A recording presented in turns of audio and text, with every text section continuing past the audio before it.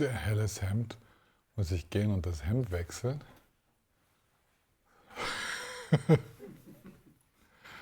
Guck mal, ich habe jetzt meine ganze Garderobe vorgeführt, eine Woche lang. Wir können gar nicht länger machen, weil ich nicht nochmal ein anderes Hemd habe. Das geht gar nicht.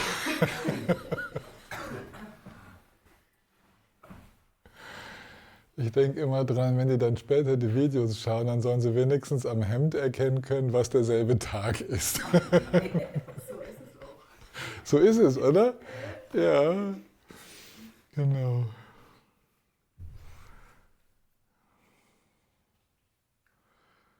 Ja. Also ich begrüße euch ganz herzlich zu unserem letzten Vormittag. Ich habe eben mal geguckt, wie viele Meditationen wir eigentlich miteinander gemacht haben. Wir werden dann nachher bei Nummer 37 angekommen sein. 37 geführte Meditationen. Das ist schon ein Rekord. Ne? Und fürs nächste Mal kann ich vielleicht ein bisschen besser planen, weil ich jetzt so merke, wie der Rhythmus so läuft. Sagst du mir noch Seite 2 oder eventuell auch 3, dass ich so die Gesichter alle wahrnehmen kann?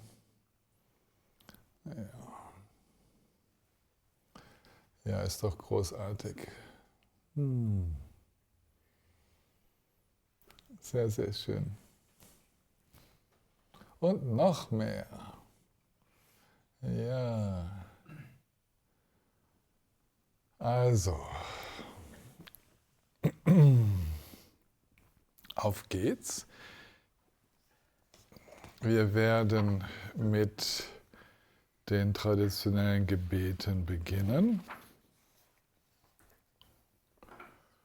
Und dann gehen wir direkt über in die Praxis der Prajnaparamita. Du darfst sie, wenn es dann soweit ist, darfst du sie wieder ins Blickfeld rücken nachher. Und vergesst den Hinweis, dass man das Gate-Mantra auch ohne das Theata machen kann. Wir machen einfach immer mit Theata, ist einfacher. Ich bin selbst durcheinander gekommen. Ne? Also, während wir jetzt Zuflucht nehmen und die 4 Unermesslichen kontaktieren, dann zum Guru beten, da können wir immer schon die Prajnaparamita vor uns, über uns sehen. Und nachher dann, wenn wir in der Mantra-Rezitation sind, dann dürft ihr gerne euch gleichzeitig auch selber als Prajnaparamita sehen, denn alle Lebewesen werden ja dazu. Okay. Übrigens habe ich euch die Texte auf Englisch, Deutsch und Französisch in die Cloud gestellt, ne, mit Tibetisch und Phonetik, aber wir machen es jetzt ja nur auf Deutsch und das sind ja nur ein paar Sätzchen und die mache ich mit euch im Rahmen einer geführten Meditation.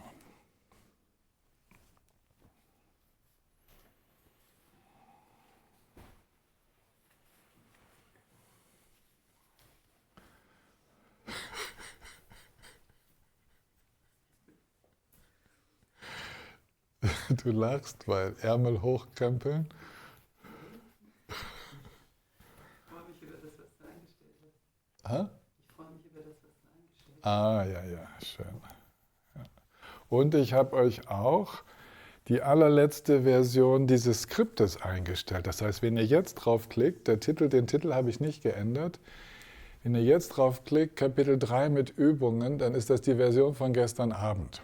Okay, das könnte für euch interessant sein, weil ich natürlich im Laufe der Zeit immer die Übung angepasst habe, das Herzsutra eingefügt, den Text mit der Prajnaparamita eingefügt und so. Also für die das nacharbeiten wollen, könnte das sehr hilfreich sein.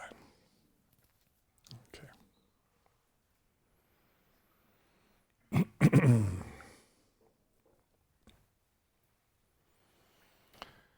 Sangye chedan soge chonam lan chanchum padun dani kyapsunji dagi jinsun chi pesenamji Jolam penje sangye jumpai sho sangye chedan soge janam la chanchom bandun dani kyapsunji dagin chinson chimpesenamji Jolam penjir sangye jumpai sho sangye chedan sangye janam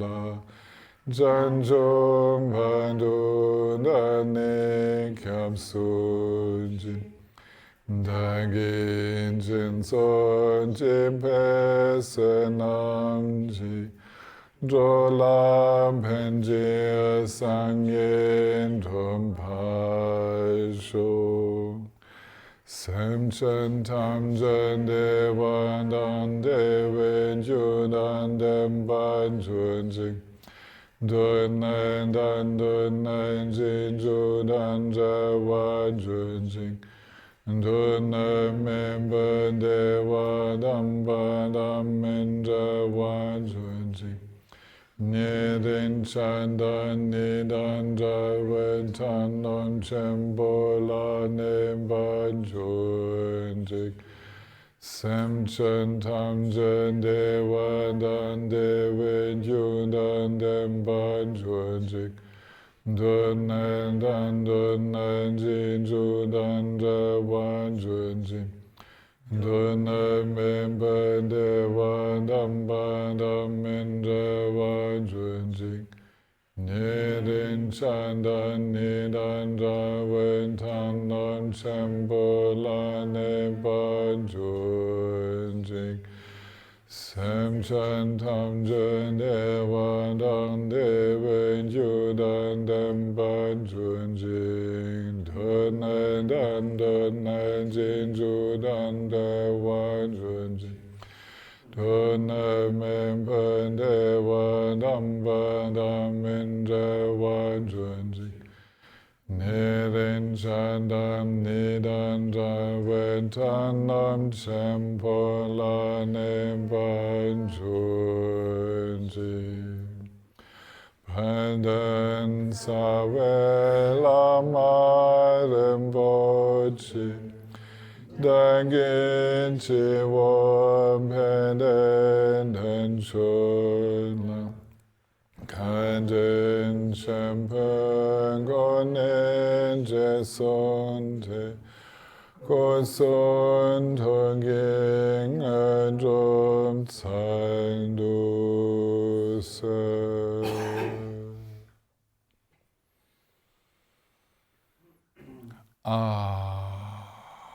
Mit A beginnt der Text.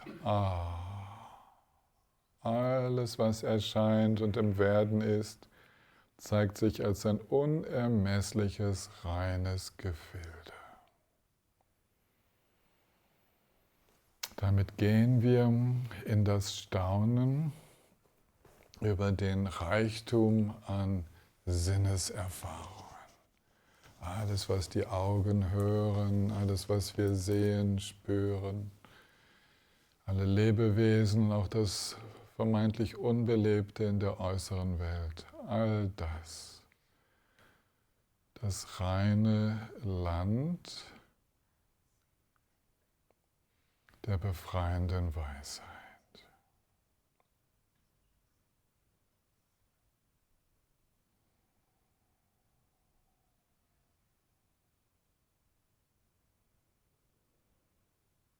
Unser Haus, der Palast der großen Befreiung.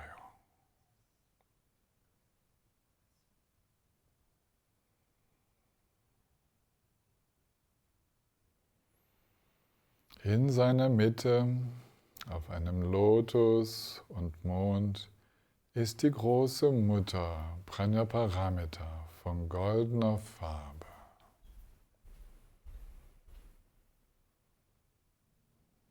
Wir nehmen uns die Zeit, den Lotus entstehen zu lassen. Einen wunderbaren, vielfarbigen Lotus, Ausdruck der Buddha-Qualitäten, mit einer Mondscheibe,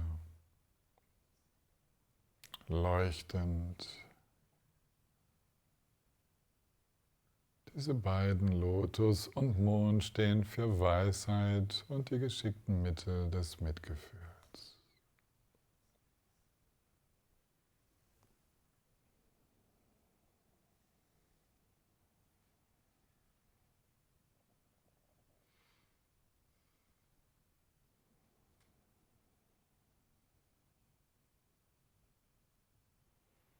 Und darauf sitzt Yum Chenmo, die große Mutter, mit einem Gesicht und 4 Händen.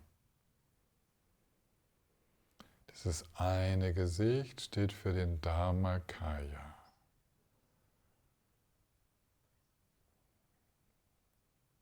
Ein anderes Wort für die Dimension der non-dualen Weisheit.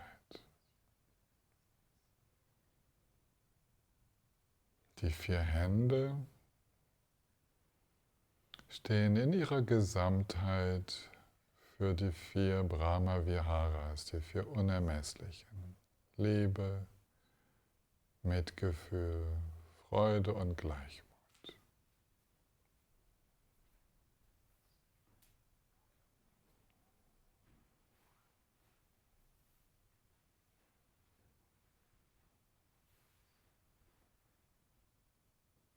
Die rechte obere Hand hält einen Vajra, einen goldenen Vajra, Symbol des Vajra-Geistes, Symbol der unerschütterlichen Grundnatur unseres Geistes.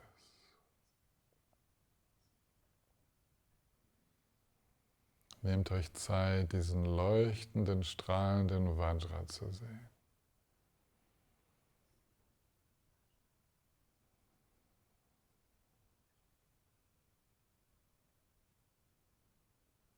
Die linke obere Hand hält einen Prajnaparamita-Text, die Unterweisung der befreienden Weisheit, die jenseits aller Vorstellungen führen.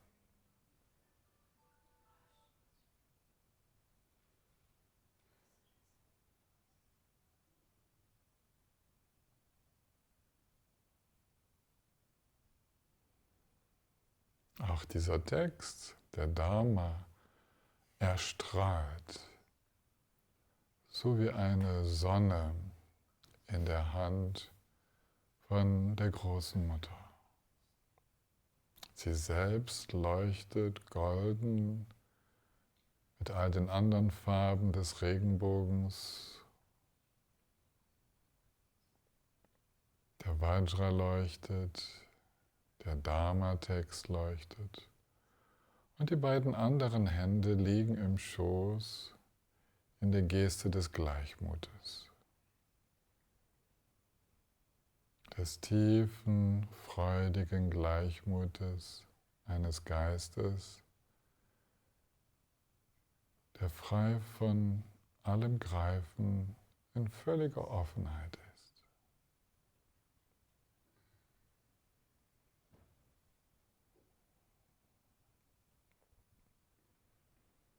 Seidentücher und Juwelenschmuck zieren ihre Form als Symbol für die unermesslichen Qualitäten der Buddha-Natur.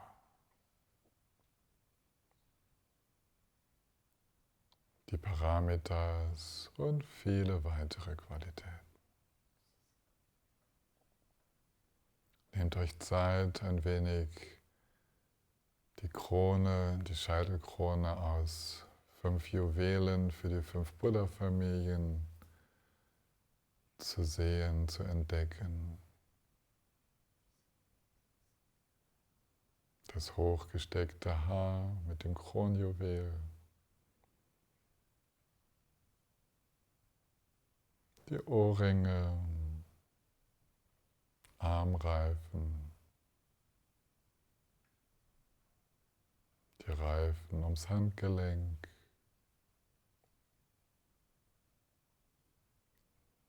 das sanfte Obergewand aus Seide, das Untergewand aus Seide, in wunderschönen Farben mit feinen, glücksverheißenden Mustern. Und der strahlende, anmutige Körper, durchscheinend, Licht.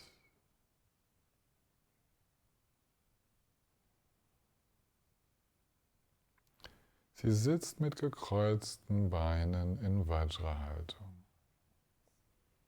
Im Lotussitz, Ausdruck des Vajra-Samadhis, mit dem die Erwachten in die vollkommene Buddhaschaft eintreten.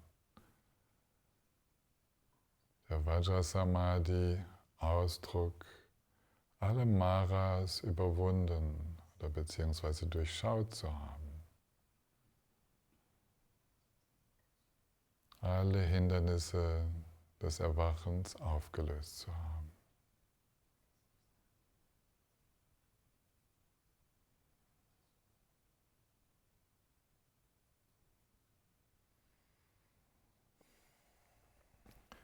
In ihren 3 Zentren, Stirn, Kehle und Herz, sind die 3 Silben für erwachten Körper, Rede und Geist. Das weiße Om, das rote A und das blaue Hum. Auch diese 3 Silben in Stirn, Kehle und Herz leuchten wie Sonne.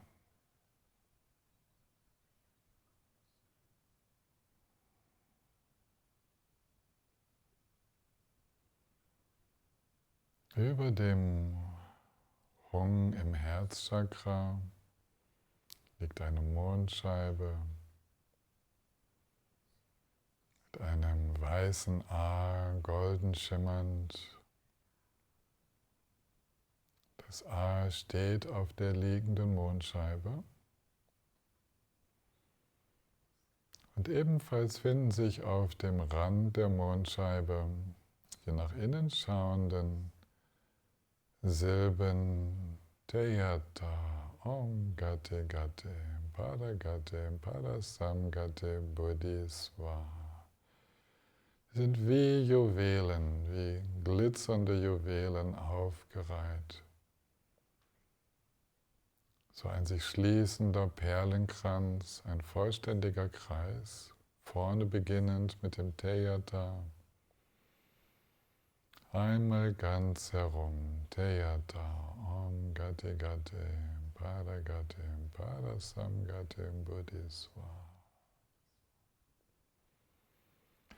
Hört all ihr Erwachten, durch die Weisheit der Buddhas gegangen, hinübergegangen, völlig hinübergegangen ins Erwachen.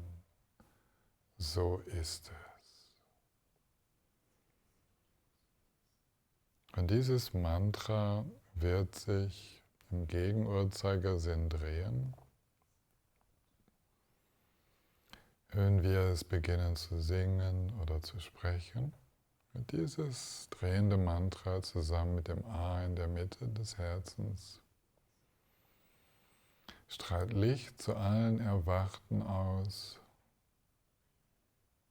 kehrt mit deren Segen zurück, strahlt Licht zu allen Lebewesen aus, verwandelt sie in große Mutter. Und jedes Lebewesen wird in seiner Buddha-Natur berührt und zeigt sich als die große Mutter. Und das Licht kehrt ständig von dieser segensreichen Aktivität zurück